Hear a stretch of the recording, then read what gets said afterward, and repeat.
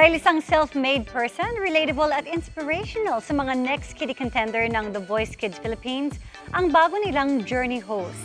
No other than Gabby Garcia, na nagsimulang sumabak sa mga auditions at age 4. Yan ang chika ni Athena Imperial.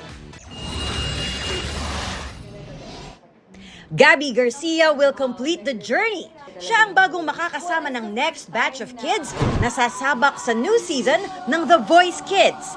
Mula sa hosting stint sa Pinoy Big Brother at national pageants, ipapakita naman ngayon ni Gabby ang skills niya as journey host. I've always wanted to be part of The Voice. Tsaka, iba kasi yung journey host Ano siya talaga, you really have to connect with the contestant. Iba yung feeling na nakakausap mo sila first hand, malalaman mo yung storya nila, malalaman mo yung mga pangarap nila, kung ano ba talaga yung rason nila ba't sila sumali sa The Voice Kids. Looking forward din daw si Gabby na makasama uli sa isang show ang The Voice Kids PH host na si Dingdong Dantes. Well, it's the first time na I'm joining Kuya Dingdong sa hosting stint, but I've also worked with him sa Encantadia noong 2016. In some way, medyo na kami ni Kuya Dong, chika na kami ni Kuya Dong, and it's so fun to work with him also.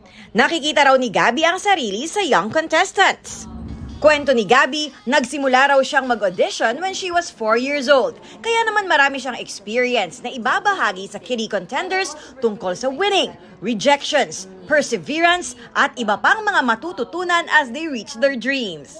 So it's really more personal na dinadamayan ko sila na alam mo, maybe one day you'll get there kasi ako nga, dati ang dami kong rejections. Pero eventually, I was able to reach my dream. So maybe it's the timing lang talaga.